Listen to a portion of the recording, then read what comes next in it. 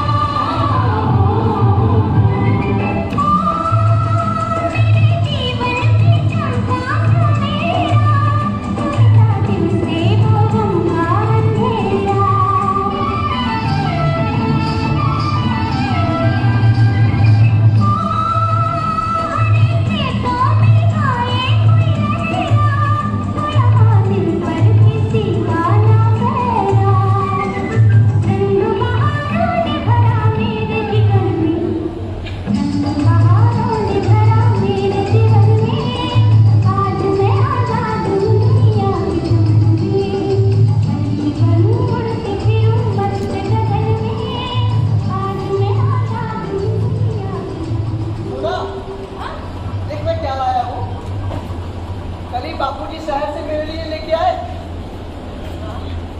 दिखाया ना कितना सुंदर। हाँ, बहुत सुंदर है। चल, अब ये दोनों मिलकर तितलियां पकड़ेंगे, फूल भी तोड़ेंगे। चलो मैंने सजाते हैं। हाँ।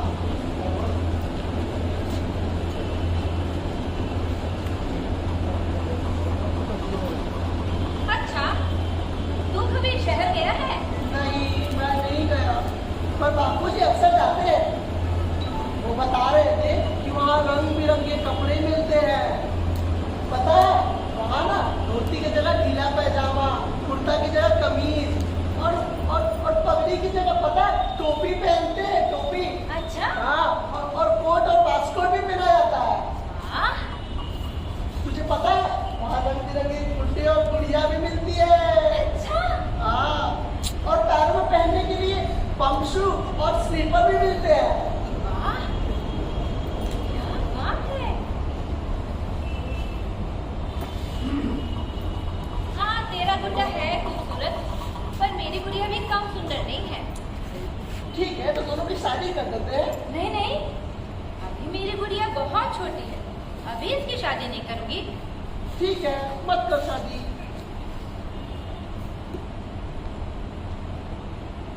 हाँ, शादी से याद आया, गांव में कुछ लोग बोल रहे थे कि तेरी शादी किसी शहर के बाबू से तय हो गई है। क्या क्या कहा तूने? मेरी शादी तय हो रही है, पर मुझे अभी शादी नहीं करनी, क्योंकि शादी के बाद सास के घर जाना पड़ता है और मुझे अभी कहीं नहीं जाना। नहीं, मुझे नहीं करनी शादी, मुझे नहीं करनी शादी, मुझे कहीं नहीं जाना। अरे ठीक है, मत कर शादी, पर तू रो क्यों रही है? मुझे कहीं नहीं जाना, मुझे यहीं रहना है। मैं कहीं नहीं जाऊंगी, मैं यहीं रहूंगी। ये अरे सुना, रुक। मैं बाहर मुझे जाना है, मैं बात करूंगी। चल, अरे रुक।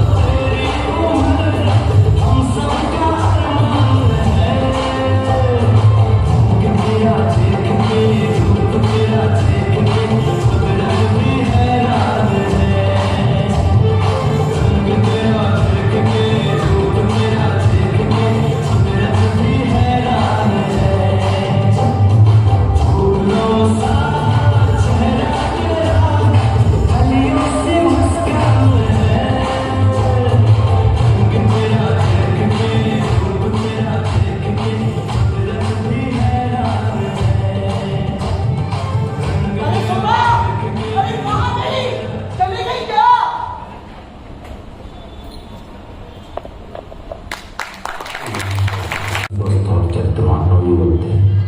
एक प्रेस में नौकरी करते थे, 75 रुपया माहवार तनख्वाह पाते थे।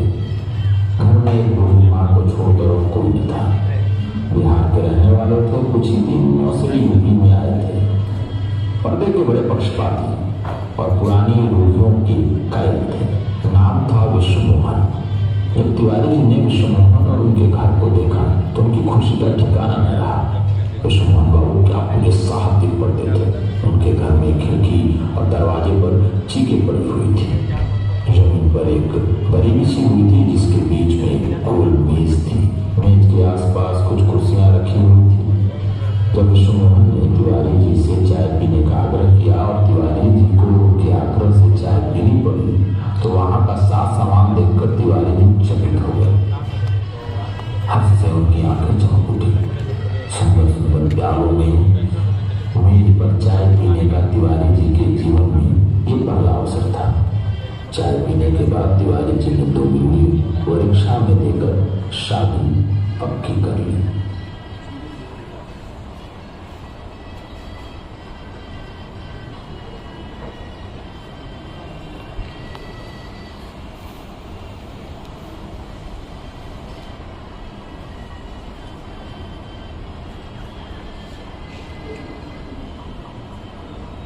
मुझे शादी नहीं करनी, मुझे शादी नहीं करनी, पर कोई मेरी बात सुनता ही नहीं है। माँ बाबू सब मुझे अपने से दूर भेजना चाहते हैं, लेकिन मैं कहीं नहीं जाऊंगी। अभी तो मेरी गुड़िया भी इतनी छोटी है कि मैं इसकी शादी नहीं करा रही। पहले मेरी गुड़िया बड़ी होगी, फिर मैं बड़ी होगी, फिर इसकी शादी कराकर फिर शादी के लिए हाँ करूंगी। बच्ची तो मैं हूँ, पर लगता है माँ बापू मुझसे भी छोटे बच्चे हैं जो इतनी सी बात नहीं समझ रहे कि मैं चली जाऊंगी तो फूल कौन तोड़ेगा, तालाब में कौन नहाएगा, तितलियां कौन पकड़ेगा, सुंदर सुंदर पत्ते कौन इकट्ठा करेगा, राजू की गाय के बछड़े के साथ कौन खेलेगा।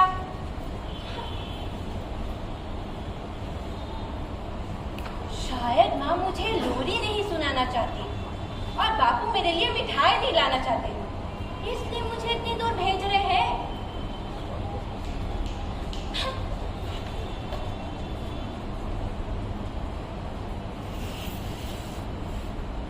माँ कहती है शादी के बाद अच्छे अच्छे गहने कपड़े मिलते हैं।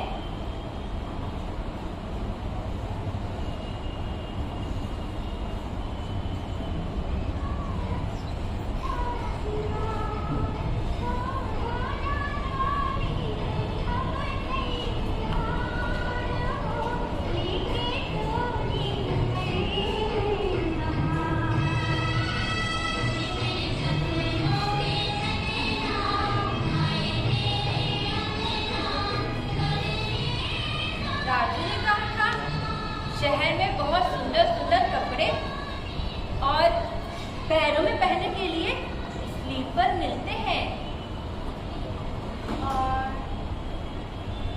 और वहाँ सुंदर सुंदर गुड्डे गुड़िया भी मिलते हैं। मैं शादी करूंगी, शहर जाऊंगी और ढेर सारे गुड्डे गुड़िया खरीदूंगी। बहुत मजा आएगा। मैं शादी करूंगी, गुड्डे गुड़िया खरीदूंगी।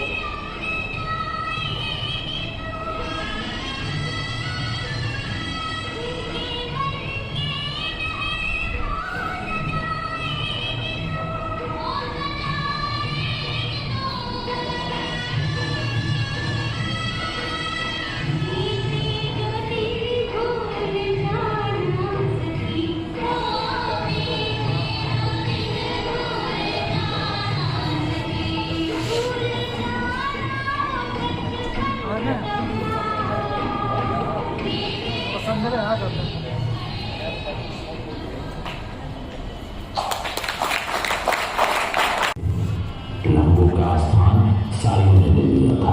जूते थे, मोजे थे, पाउडर की डिब्बी, सुगंधी तेल और न जाने क्या क्या था, जिसकी सोना की माँ ने कल्पना तक न की थी। गाँव की औरतों को सोना की माँ ने बड़ी खुशी खुशी सब चीजें दिखाई थी। भाग्य की बहुत सराहना की। उनकी आंखों में सोना से अधिक सौभाग्यवती कोई न थी।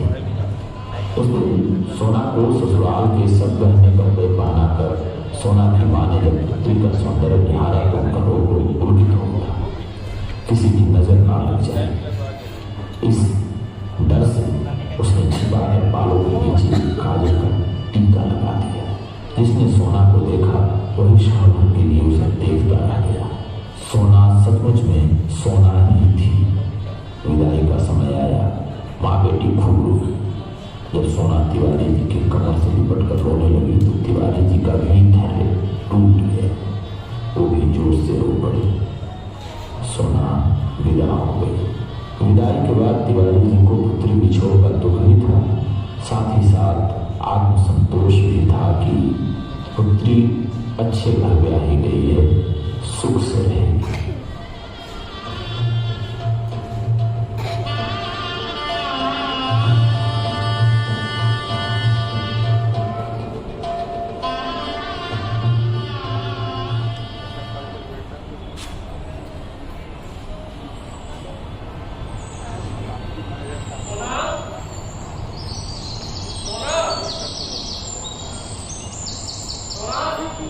इसे लेकर आओ, मुझे ऑफिस जाने में देरी हो रही है।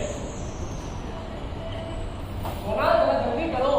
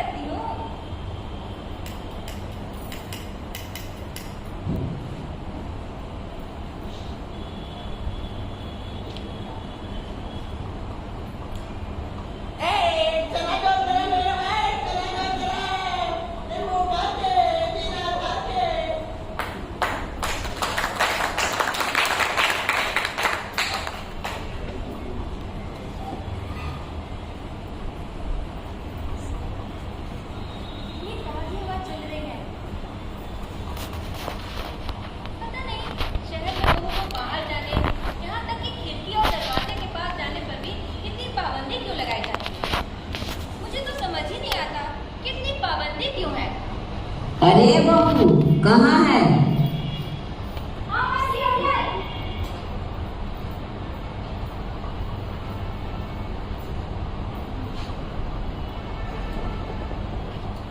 खिलौने वाला आया है, रंग बिरंगे प्यारे प्यारे खिलौने लाया है। खिलौने वाला आया है, रंग बिरंगे प्यारे प्यारे गुड्डे गुड़िया लाया है।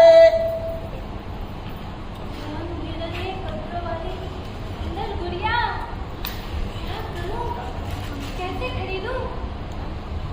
माँ जी को कहूँ मैं बाहर नहीं जा सकती तो क्या हुआ, वो तो जा सकती है।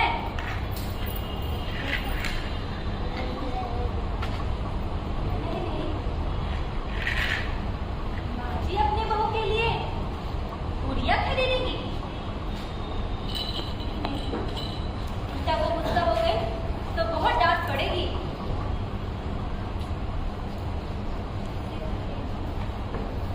खिलौने वाला आया है, रंग बिरंगे खिलौने लाया है। खिलौने वाला आया है।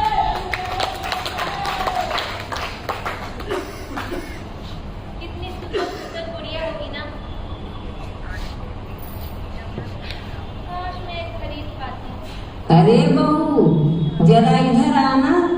कहाँ भाग गई? हाँ माँ जी, अभी आई।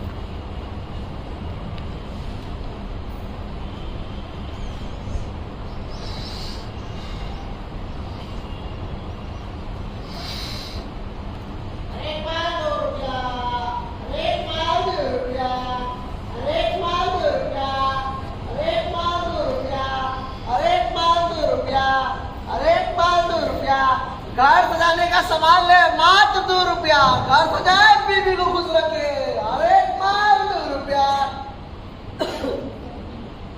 अरे माल 2 रुपया, अरे माल 2 रुपया।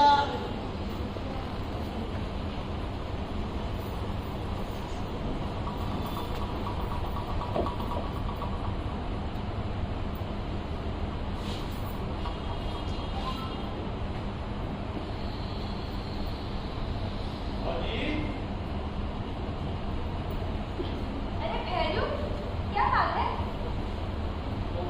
देखो ना, ये मेरे कुर्ते का बटन टूट गया। तुम्हारे पास फ्यूज लगा हो तो इसे टाक देना। मुझे कुश्ती देखने जाना। कुश्ती देखने जाते हो या लड़ने? जल्दी से टाक दो, मुझे देर हो जाएगी। अच्छा ठीक है।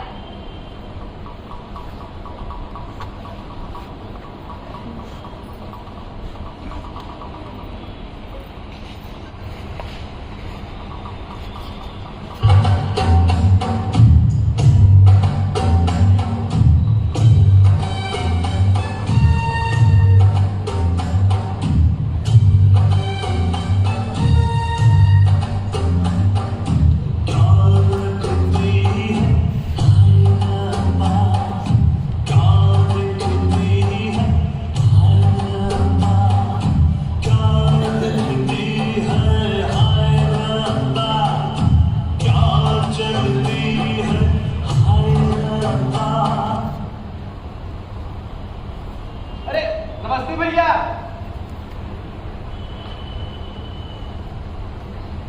अरे आराम से बोलिए, कहीं सुई हाथ में न टूट जाए।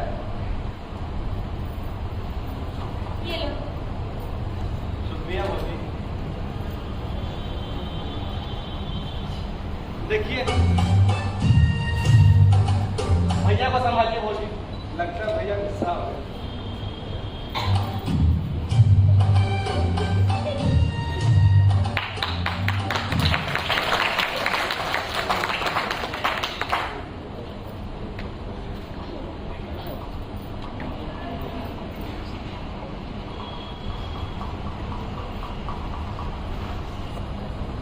कैसे लौटा है?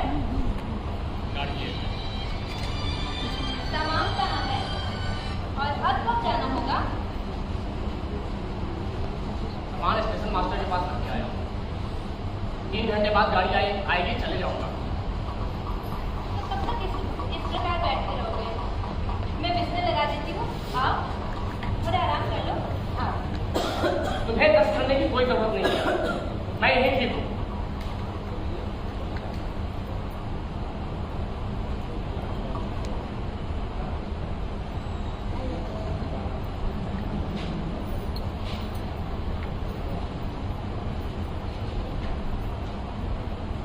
मुझे माफ कर दो, अब तुम जैसा कहोगे मैं वैसा ही करूँगी, मुझसे नाराज ना हो।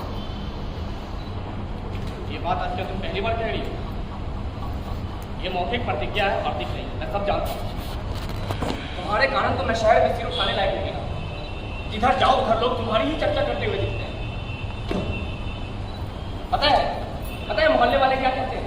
कल की आई बहू, बड़े घर की बहू सदा खिड़की और दरवाजों से लगी रहे। अवश्य ही इसके आचरण भ्रष्ट है। मोहल्ले के लोग हमारे दरवाजे के आसपास घूमते रहते हैं, तुम्हें देखने के लिए, और अनाप शनाप होते हैं। अरे तुम्हारे मेरे मुंह पर कोई कुछ नहीं कहता तो क्या हुआ? बाद में सभी कानाफूसी करते हैं। तुम्हारे ऊपर तो जैसे सब कुछ असर ही नहीं पड़ता, जो जी में आता है करती रहती है। ये फैजी तुम्हारे पास ये पढ़ने वाले क्यों आया? मना भी तो कर सकती थी तुम। जरा सा तो काम था। अरे तुम शहर ना दो तो कोई क्यों तुम्हारे पास आएगा? और इसी जरा सी बातों से ना बड़ी बड़ी बातें हो जाया करती है। निभाया करो पड़ोसी का, मगर मेरी इज्जत का ख्याल मत करना।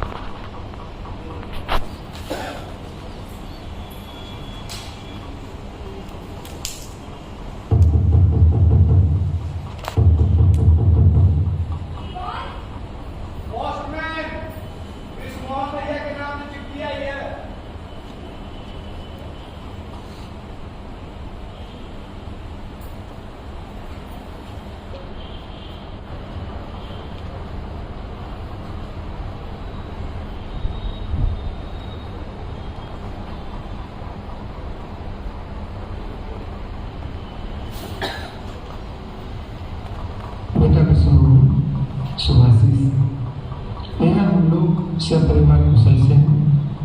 आशा करते हैं कि आप भी सब परिवार कुशल में होंगे। हम लोग भगवान से सदा आपके और आपके परिवार की कुशलता की कामना करते रहते हैं। सोना की माँ घर के कोने से बातें करते रहते हैं। घर के हर सामान में सोना की छाया दिखाई देती है। सदा सोना की यादों खोई रहती है।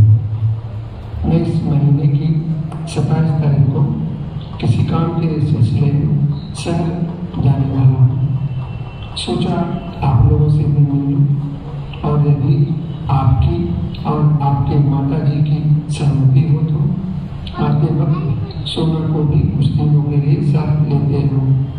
आपका पंडित रामजन तिवारी। बापू मुझे लेने आ रहे, मैं वापस अपने गांव जाऊंगी।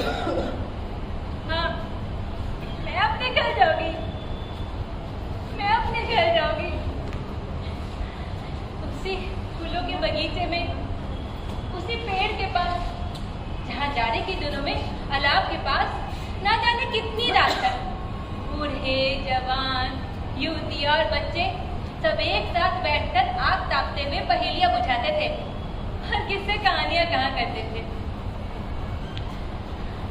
वहाँ किससे किसी प्रकार का कोई बंधन न था। नदी पर गांव भर की बहु बेटियां किस प्रकार नहाने को जाया करती थी और फिर सब एक साथ गाती हुई आती थी। कितना सुखमय जीवन था वो। अपने पड़ोसी कुंदन के लिए माँ से लड़कर भी मिठाई ले जाया करती थी। क्रोशिये से सुंदर सा पोत का बटुआ बनाकर सबके सामने दो से दिया था, जो शायद अब तक उसके पास रखा होगा। पर वहां तो कभी इस बात की चर्चा नहीं हुई और ना ही किसी को बुरा लगा। कुंदन की भाभी नए नए ब्याह कर आई थी, पर हम लोगों के साथ रोज ही नदी पर नहाने को जाया करती थी। पर वहां इस बात पर किसी को कोई शिकायत नहीं। फिर मैंने ऐसा कौन सा पाप कर डाला जिसके कारण इन्हें शहर में सर उठाने की जगह नहीं रही। किसी का कुछ काम कर देना, किसी से बात करना पाप है तो कदाचित ये पाप मुझसे जाने अनजाने सदा ही होता रहेगा। मेरे कारण इन्हें पद पद पर लांछित होना पड़े तो मेरे इस जीवन का क्या मूल्य रह जाएगा। ऐसे जीने से तो मर जाना अच्छा है। मैं घर में पर्दे के अंदर नहीं रह सकती। यही मेरा अपराध है ना।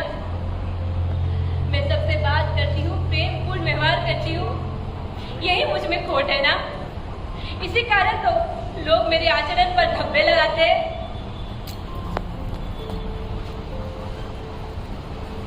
आज इन्हें मुझ पर क्रोध आया, इन्होंने तिरस्कार के साथ मुझे झिड़क दिया।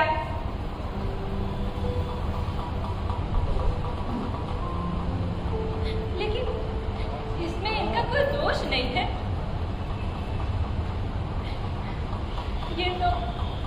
ये तो साधारण मनुष्य है। रामचंद्र जी सरीखे महापुरुष ने भी तो जरा सी बात पर गर्भवती सीता को वनवास दे दिया था। इन्होंने तो जो कहा ठीक ही कहा। पर इसमें मेरा भी कौन सा दोष है? जब इन्हें के हृदय में संदेह ने घर कर लिया है तो मैं जीती हुई भी मरी गई हूँ।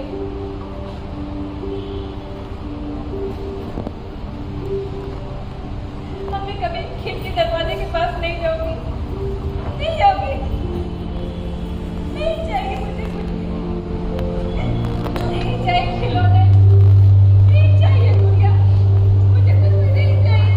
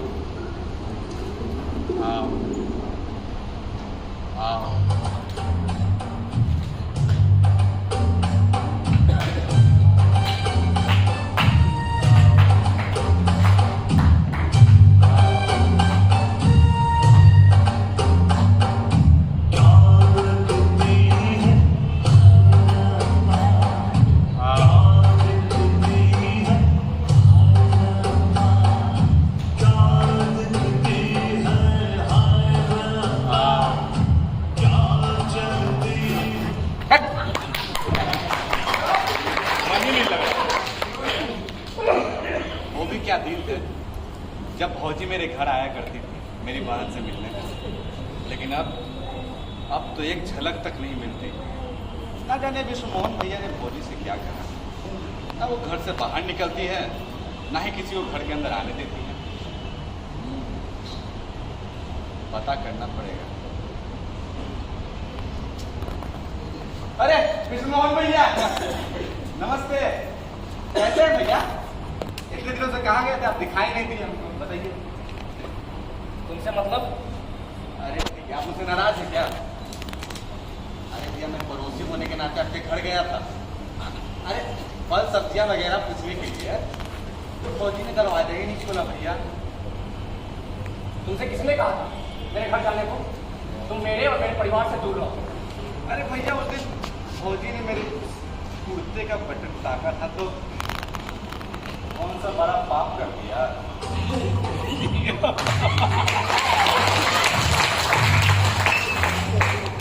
वो तो समय ही बताएगा कौन किससे दूर होता है।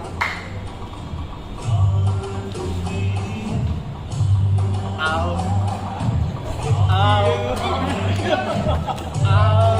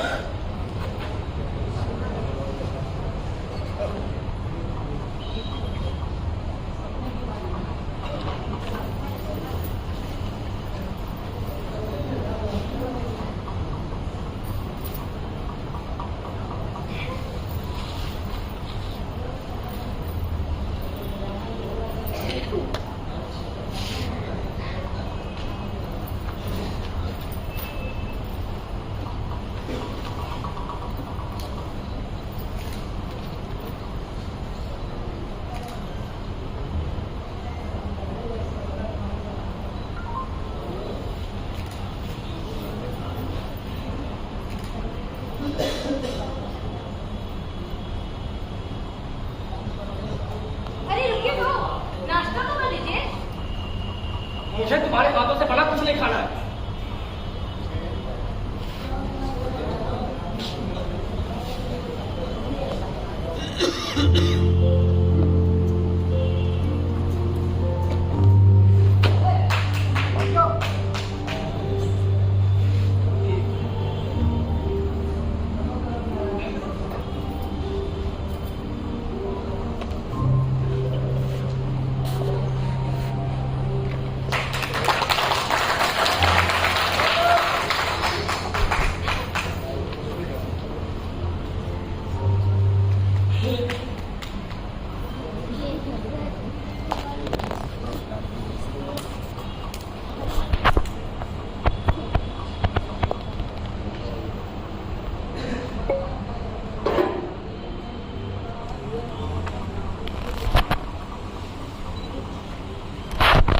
कैसे समझाऊं मैं सोना को?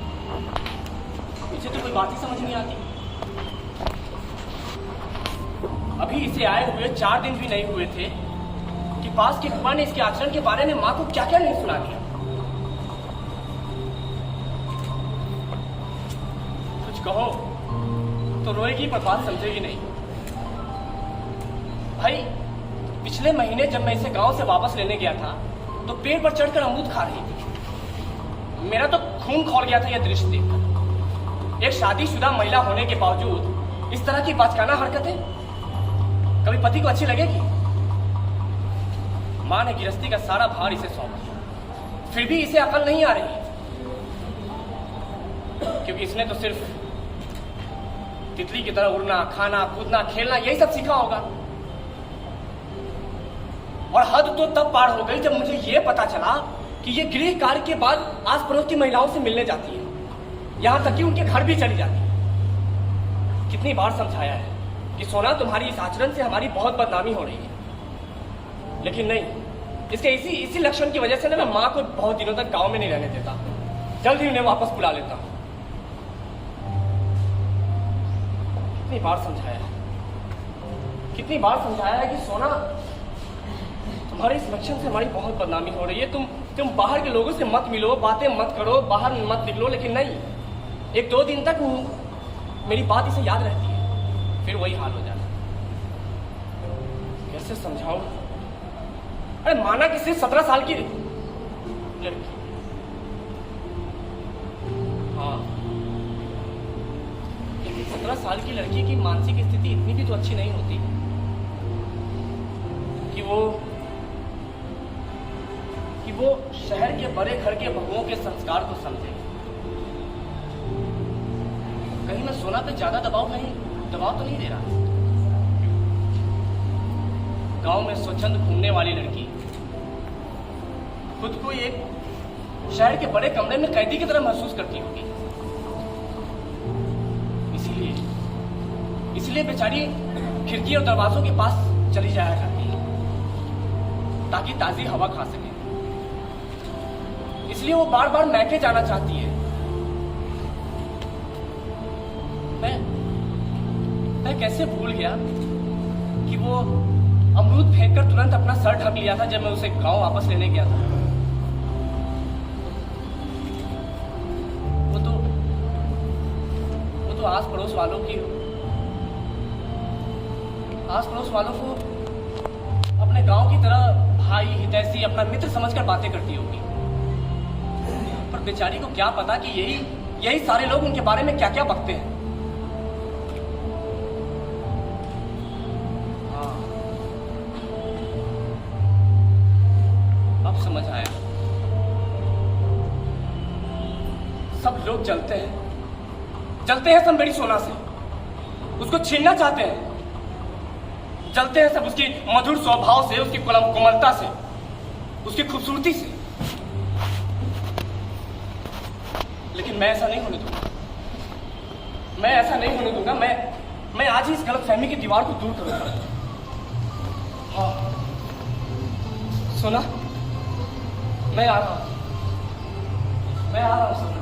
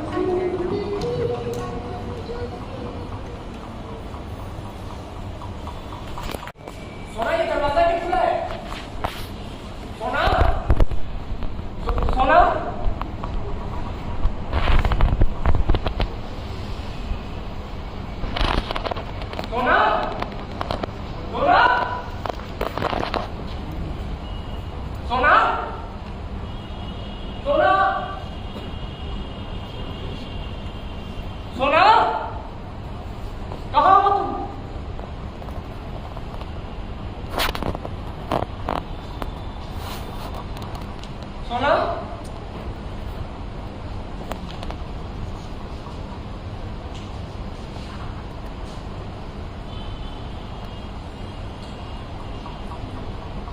मेरे देवता, मैं मरने जा रही हूँ। मरने वाला झूठ नहीं बोलता। आज तो अंतिम बार विश्वास कर लूंगी, मैं निर्दोष हूँ। मुझे ऐसा लगता है कि या तो ये दुनिया मेरे लायक नहीं है या मैं ही इस दुनिया की योग्य नहीं हूँ। छल कपट से परिपूर्ण इस संसार में मुझे भेजकर शायद विधाता ने भी उचित नहीं किया। आप मेरी एक कठिनाई शायद नहीं समझ सके। एक वातावरण से सहसा दूसरे वातावरण में पहुंचकर मैं अपने को शीघ्र अनुकूल बना लेने में असमर्थ पाती थी। अपने मरने का मुझे कोई अफसोस नहीं। दुख है तो केवल इस बात का कि मैं आपको कभी सुख न दे सकी और आपकी आंखों में वो सम्मान न पा सकी जिसकी मैं अधिकारी थी।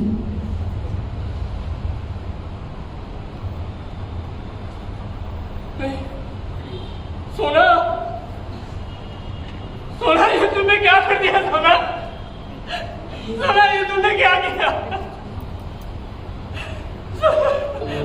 मैं सब ठीक करने आ रहा हूँ। नहीं, नहीं, नहीं, नहीं, मैं ऐसा नहीं होने दूंगा। नहीं, सोना, सोना,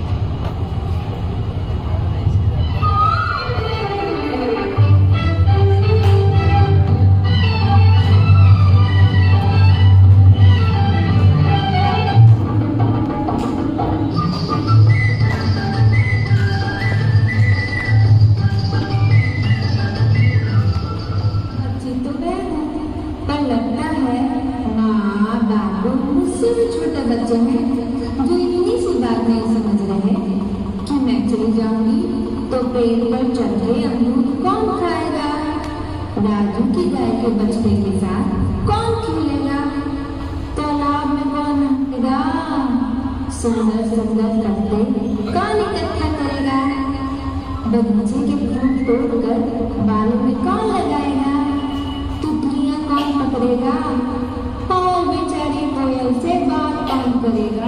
तुम्हारे कारण तो मैं शहर में सिर उठाने लायक नहीं रहा। जिधर जाओ उधर लोग तुम्हारी ही चर्चा करते हुए दिखते हैं। पता है मोहल्ले वाले तुम्हारे बारे में क्या कहते हैं? कल की आई बहू बड़े भाई की बहू सदा खिड़की और दरवाजों से लगी रहती है। अवश्य ही इसके आचरण भ्रष्ट है। अरे मोहल्ले के लोग हमारे दरवाजे के आसपास घूमते हैं, तुम भी देखने और अनाप शनाप रखते हैं। मेरे तुम्हारे मुंह पर कोई कुछ नहीं कहता तो क्या हुआ?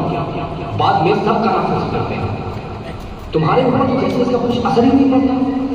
जो जी में आता है करती रहती है। निभाया करो पड़ोसी का, मगर मेरी इज्जत का ख्याल मत करना।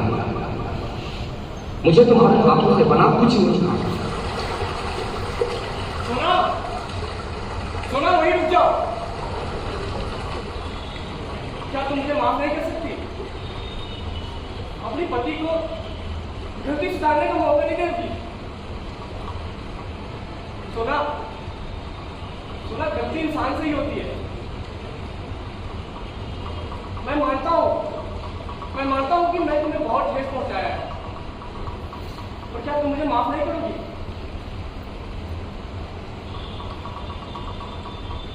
सोना,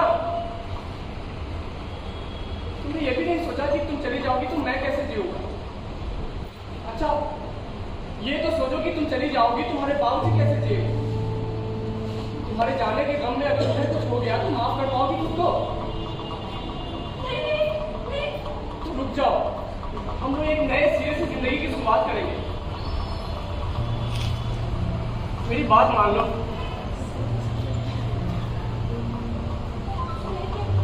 मैं आपके योग्य नहीं हूँ। मैं आपकी एक आदर्श पत्नी नहीं बन सकी।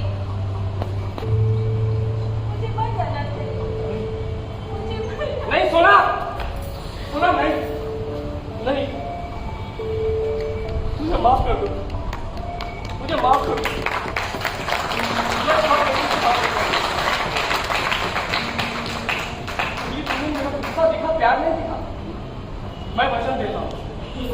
मैं वचन देता हूँ आज के बाद मैं तुम्हारी आंखों में कभी आंसू नहीं आने दूंगा।